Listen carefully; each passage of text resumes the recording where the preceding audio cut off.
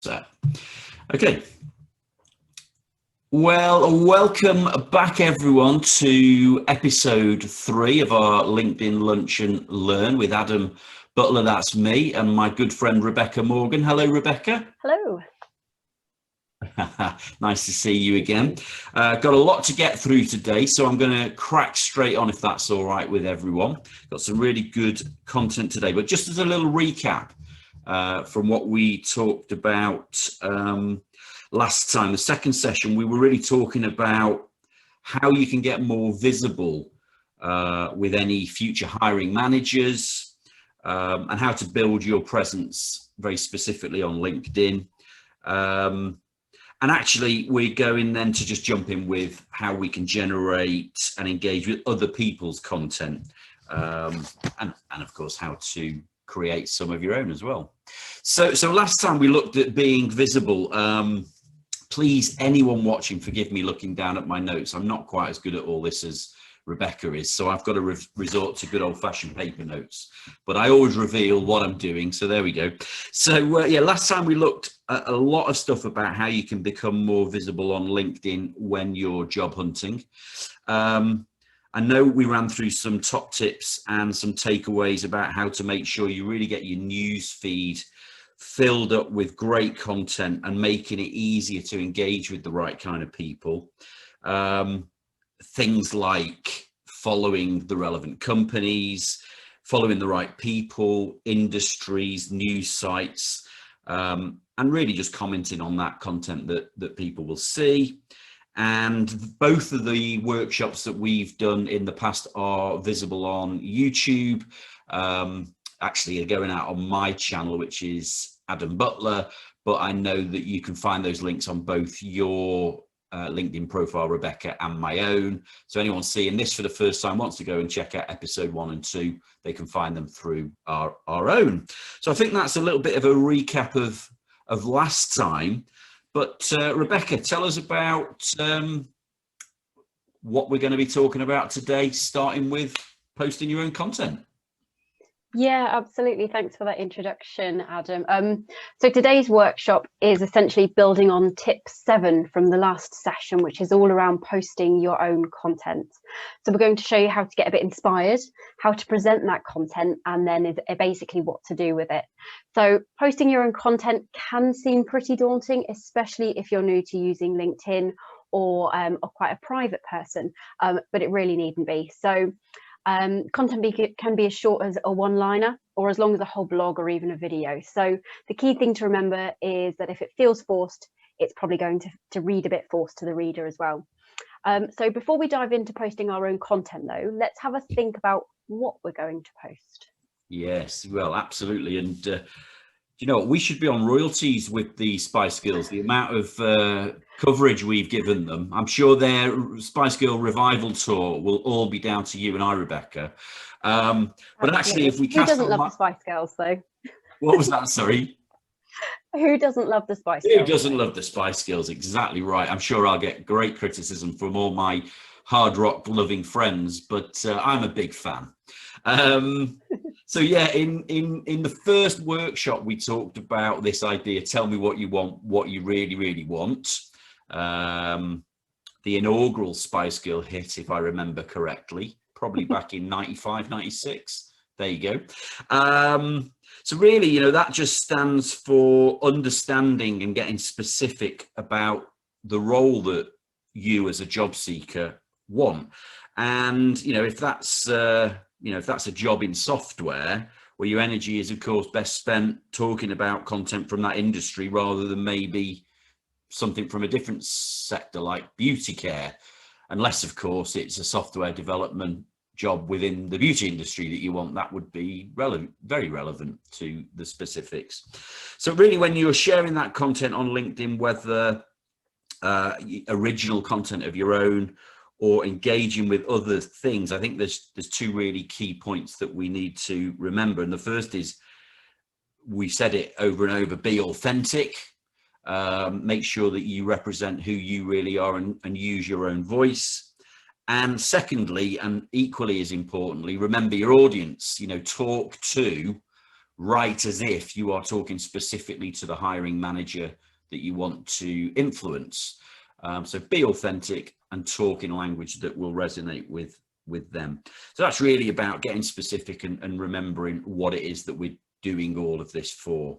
And, you know, handing back over to Rebecca to get us started on that journey.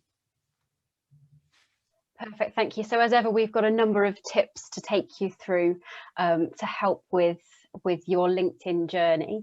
And so the first few tips that we're going to talk around are around taking inspiration from other people's content. So it's the stuff that takes the least time and effort and kind of is really the least scary to start with. So the first one is all about engaging with other people's content. So if you've read an interesting post, then let the author know that it inspires you or has made you a bit curious. So you can leave them a reaction and a comment. So this is really all about engaging other people's content. You can also get involved in the comments that they receive as well. So respond to other people's comments and offer your own opinions and experiences. And again, remember, your headshot and your headline is following you everywhere. So I think we spoke about that in the first workshop. So remember to make sure it's doing you justice. And you can even add the hashtag opentowork banner to your LinkedIn profile picture as well, and tweak your headline again to make sure that it's standing out with the people that you're that are seeing your content when you're engaging in other people's content.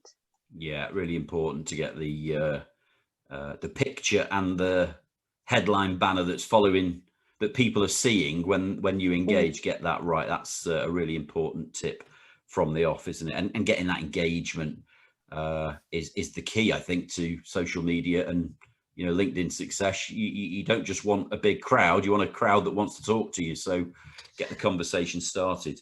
Cool. Yeah, so the next thing is all about sharing. Yeah, that's right. So not just commenting on people's content, but actually sharing other people's content too. So perhaps you've already left a comment on a post that you found insightful or interesting. So then the next thing you can do, kind of the next step, is sharing that with your network. But rather than just clicking share and post, make sure that you're actually writing something in the post section to tell others why you find it interesting and to tell them why they should be reading it as well. So is there a standout statistic in their post that you can share? Is there something that you can politely disagree with? Or is there some extra insight that you can bring through your own personal experience, like the example on the screen here? Yeah, no, that's brilliant. And there's, you know, there's other ways that you can find content. I've noticed employers, large companies are increasingly creating their own podcast, or CEOs or influencers within those businesses might have featured on podcasts. So that's a great way to pull out some content, maybe share a link and write a comment about what you particularly enjoyed in it. And if you tag the speaker or the contributor in it, then it demonstrates your awareness and interest in their business, puts you on their radar. So when the job opportunities come up, you're in the prime position. But I think we mentioned in the last episode about Google Alerts. You know, Google Alerts are a great way to find new content that you can share about specific companies or individuals. And also, you know, other social media channels might reveal rich sources of great information: Twitter, Instagram, Facebook, maybe even Pinterest, who knows? Yeah. But keep an active eye out on those things. And essentially, you're looking just to show your prospective future employer that you understand the industry and the challenges that it might be facing, or the successes that it might have had. And I think importantly, that you can form your own opinion about those things and put it across coherently. You know, I think, you know, you see something that you're interested in, you can write a short or maybe even a longer piece about it and ask for other people's views. But it's all about finding it in the first place and giving you something to share on your own profile. Yeah, absolutely. And that's why setting your LinkedIn profile or your other social media profiles up to deliver you the best content, I think, like we spoke to in workshop 2, is really key to kind of the foundation of having that content served up to you rather than having to go searching for it. Yeah, it gives you great stuff to share, definitely. And that's, I think that's one of the blockers people face sometimes. Like, right, I've got it set up. What do I do now? So Yeah. actually, yeah, gives you the rich armory of pickings to go looking for. So I know that you've got. Oh, have we come to the right slide there? Is that the right next slide, Rebecca?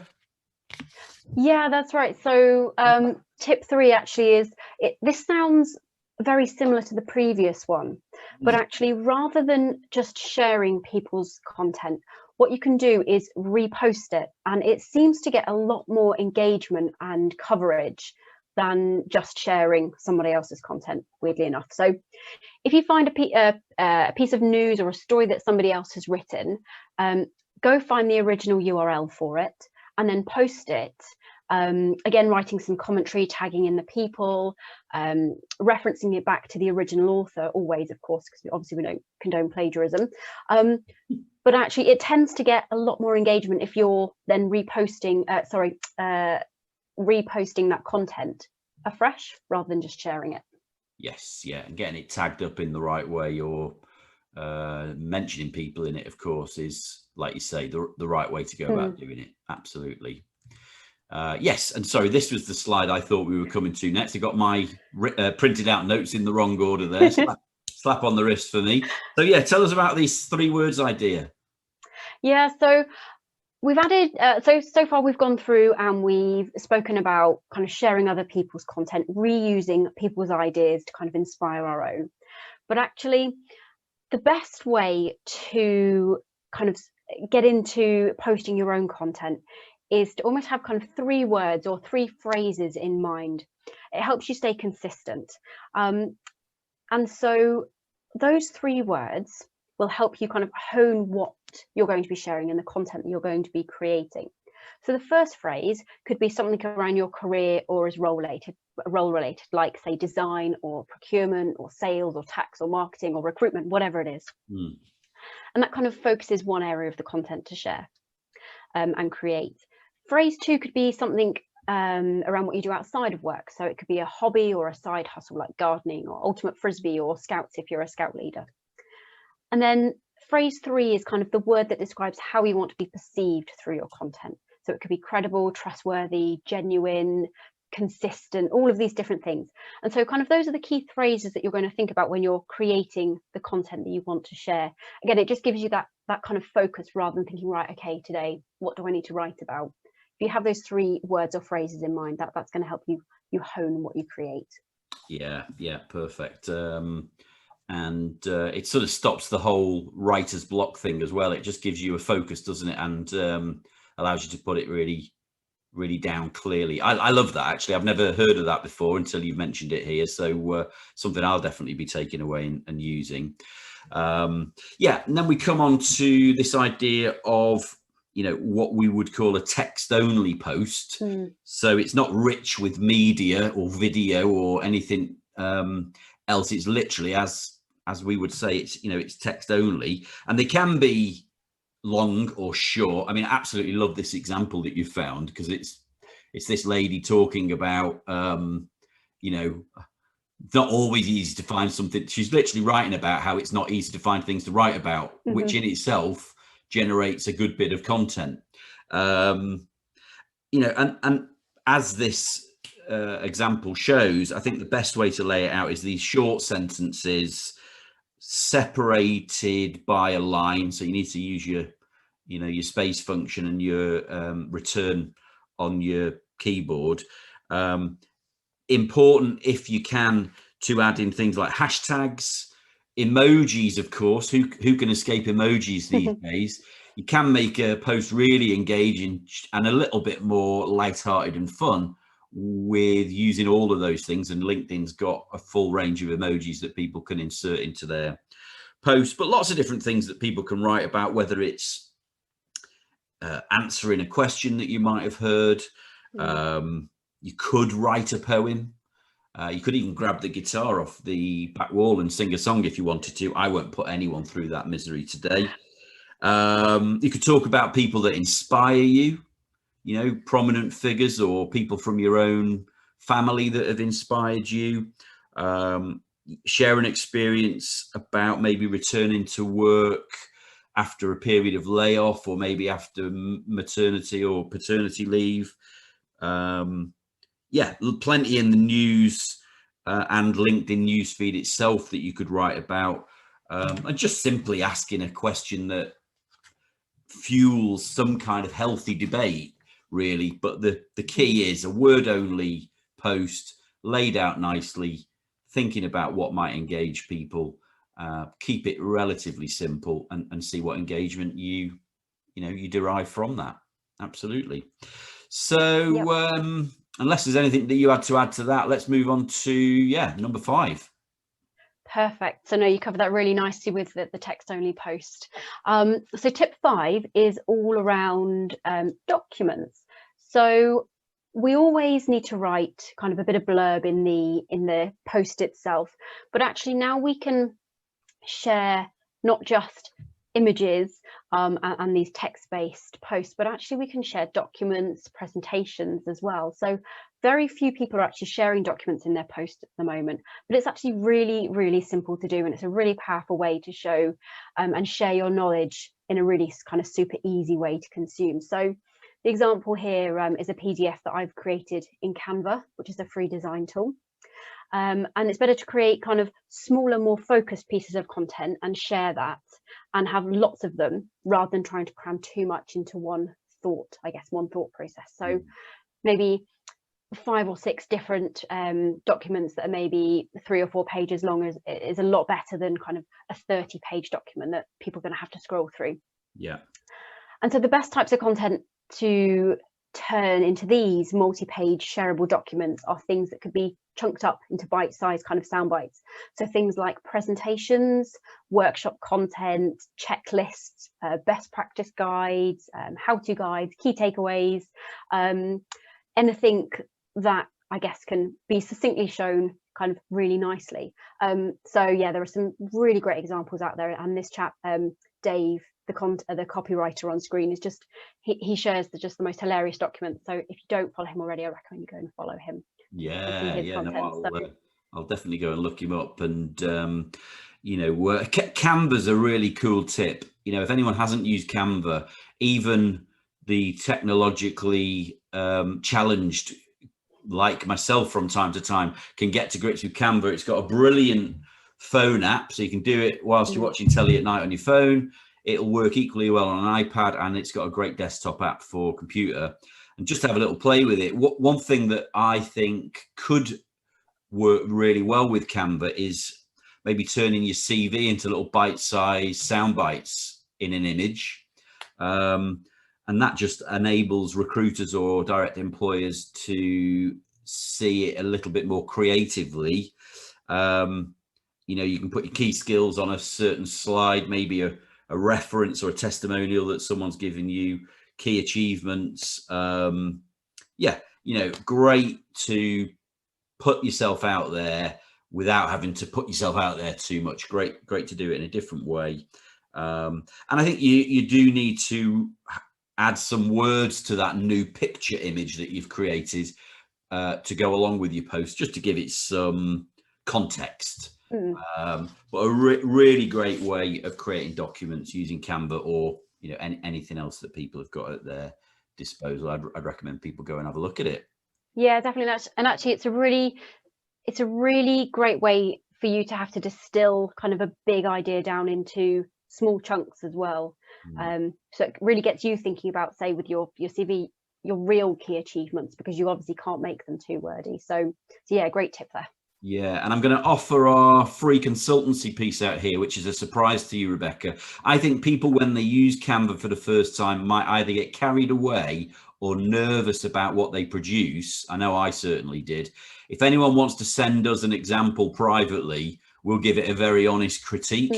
And that feedback will be useful. But I think you can get to grips with it very, very quickly. So people know where to find us now, because we keep pointing them to our LinkedIn profiles. So I know we'll be happy to look at those, won't we? Yeah, definitely. Yeah. Cool. So on the subject of images, let's move on to tip 6. Yeah, so this is all around images. So we've spoken about text, we've spoken about documents, and now this is kind of the image-based post. So it is true that a picture tells 1,000 words. So anything from screen grabs to photos to illustration kind of grabs a reader's attention, even if that screen grab is of text. One of the examples here, for example. So you can grab stock images from sites like Unsplash, but stock images do look kind of a bit stocky. So if there's anything you can do to use your own photography or graphics, then it's going to make your content stand out. It'll also make it look a bit more human as well. So again, a bit like the other two, you're still going to need to write a post to share along with your image to give it that context. But maybe try the one-liners here rather than long-form content, because you kind of want people to really see that image and have it stand out. Yeah, definitely. Again, you know, grabbing my phone, my beloved phone once again, which never leaves my side. Great way to generate images that aren't too stocky, as we say, is just to get a little bit better with your smartphone camera. If you're seeing like autumn trees or taglines on the back of vans, or, you know, whatever it is that you see out and about, grab an image of it and then use it in your you know, building your personal brand piece on LinkedIn. I know that that can be great. And the cameras on smartphones, of course, are awesome, aren't they? So yeah, everyone's got the ability to become David Bailey overnight. I'm not even sure if he's a photographer, but let's run with it. Cool. So number 7, moving up from images, is of course video. Yes, so creating video content, this is the one that scares a lot of people. But LinkedIn rewards people who keep users on their network. So creating a video kind of keeps people on your posts that you're creating. And so when you're posting videos to your profile, try to embed them into LinkedIn natively. So rather than posting a link out to, say, YouTube or a TEDx video, actually try and upload that video natively to LinkedIn. It's going to reward you a bit better, which then means it's going to show that content to more people. It's really, really super simple to do that. You literally just click new post, upload, click add video, and done. If you can add subtitles as well, because then it kind of makes it a bit more inclusive. I know that I sit and watch a lot of video content with subtitles on and sound off, so that's just going to help your engagement as well. So you could be talking to camera in video content. You could be reciting a poem, you could be singing a song, giving a lecture or speech, presenting a workshop like you and I, even introducing yourself. So there's all manner of different things that you can do in video content. And if you do have kind of video content that maybe goes over 2 minutes, perhaps you could break it up into smaller sound bites, and they can act as a bit of a teaser before sending viewers off to other sites to watch the full video. Yeah. So Adam, have you got any other ways that you can use? Well, the only one I could really think of is, you know, you can create video, upload it through a post, and I think anyone that's got the confidence and desire to do that, I would encourage them to. But actually, you can make it more personal. You can create a short video which you can send out to someone that's in your network directly via a message on the platform, or you can send it through an in-mail. I think all LinkedIn accounts come with 5 or 10 what they call in-mails, where you can mail someone that's outside of your immediate network. And you can do that with audio content as well. You can send them a sound message or a video message. And, you know, again, have a little practice. Practice makes perfect. Practice gets rid of the nerves. So if anyone wants to challenge themselves, send me or Rebecca, or me and Rebecca, a little video of yourself or an audio clip, and we'd love to see that. It can be a great way of getting in through the, you know, breaking through the noise of everyone else. Yeah, absolutely. It's great practice. And actually, one of the screenshots we showed in the earlier slide is actually of someone sending me a voice message over LinkedIn. And I was raving about it because it's the first time it had happened. And it's actually really exciting to get almost like a voicemail via social networks. It's really cool. Yeah, you could try that. Definitely. I would really encourage that. Have a little practice and break through the noise. That's right. Cool. So point number 8 actually is about polls. You know, this is all about creating your own content, and LinkedIn enable you to create polls, a bit like Facebook do in their groups. And I think you can do it through your own Facebook profile, but you could create a poll about anything really. I mean, there's a few examples here really. If I create a JavaScript course, where should I launch here? Udemy, YouTube, personal website, and then obviously this next one that I guess you've created or shared, Rebecca. You know, which piece of contact data have you had the longest? Home address, email address, mobile number. I mean, you can see on both of these, the top one, I mean, that's had a crazy amount of votes, 16,000, nearly 17,000. You know, yours has had 79 votes, and the polls go, that's 79 people that have come out of their busy day to express an opinion. And actually, I think you can gather that data, so you can now create another post, Rebecca, saying 56% of people say they've had their email address the longest, from a recent poll that I did. You know, the importance of getting a good email address that you're happy to keep for a long time comes out of that. Actually, spins out of that is appropriate email addresses for job applications. I've seen some really interesting email addresses attached to some pretty senior job applications, Rebecca. Maybe a conversation for another time. Yeah, that's right. But the other thing I thought about as a poll could be things around, you know, what have you found most relevant when searching for a job? Is it career sites from companies? Is it job boards? Is it recruitment agencies?